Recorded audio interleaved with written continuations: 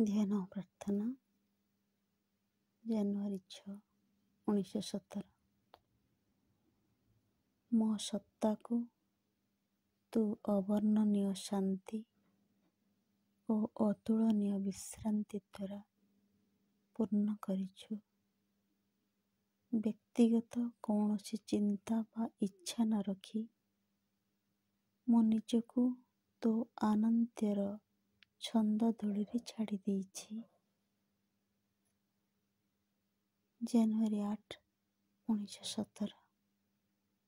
ମୋ ହୃଦୟ ଓ ମସ୍ତିଷ୍କ ମଧ୍ୟରେ ତୁ ଆଣିଦେଇଛୁ ନୀରବତା, କିନ୍ତୁ ଏହି ନୀରବତାର ଗଭୀରରୁ କୌଣସି କଣ୍ଠସ୍ୱର ତ ଶୁଣାଯାଉ ନାହିଁ।